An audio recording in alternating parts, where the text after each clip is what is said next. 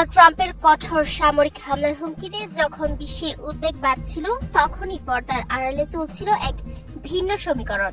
যে ইরানকে দমানোর দাবি যুক্তরাষ্ট্র ঘটা করে প্রচার করছিল, সেই ইরানের সঙ্গেই গোপনে আপোষ করার চেষ্টা চালিয়েছে হোয়াইট হাউস।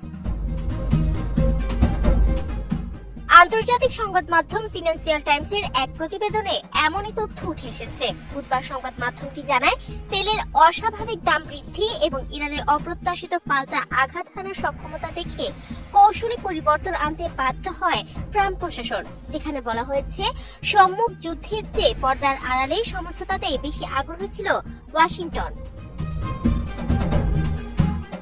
টানা ৩৯ দিন ধরে চলা এই সংঘাতের সরাসরি প্রভাব পড়েছিল বিশ্ব অর্থনীতিতে।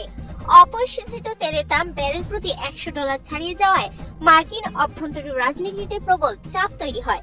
ট্রাম্প প্রশাসনের প্রধান লক্ষ্য হয়ে দাঁড়ায় কৌশলগতভাবে গুরুত্বপূর্ণ হরমুজ প্রণালী পুনরায় সচল রাখা, কারণ বিশ্বের প্রায় ২০% জ্বালানি তেল এই রুট দিয়ে পরিবাহিত হয়। এই প্রণালী বন্ধ হয়ে গেলে মার্কিন অর্থনীতির চাকা স্থবির হওয়ার আশঙ্কা দেখা দিয়েছিল।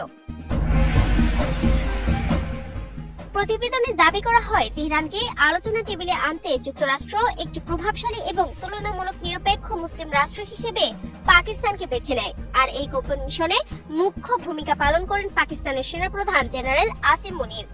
তার নেতৃত্বাধীন একটি বিশেষ দল তেহরান ও ওয়াশিংটনের শীর্ষ পর্যায়ের কর্মকর্তাদের মধ্যে দুতিয়ালি করে এবং বার্তা আদান প্রদান নিশ্চিত করে। এই উচ্চ পর্যায়ের গোপনীয় আলোচনায় শুধু প্রেসিডেন্ট ট্রাম্পই নন, সরাসরি যুক্ত ছিলেন ভাইস প্রেসিডেন্ট জেডি ভেন্স এবং মার্কিন বিশেষ দূত স্টিভ উইটকফ। তারা সেনাপ্রধান মুনিরের মাধ্যমে তেহরানের কাছে যুদ্ধবিরতির প্রস্তাব পাঠান।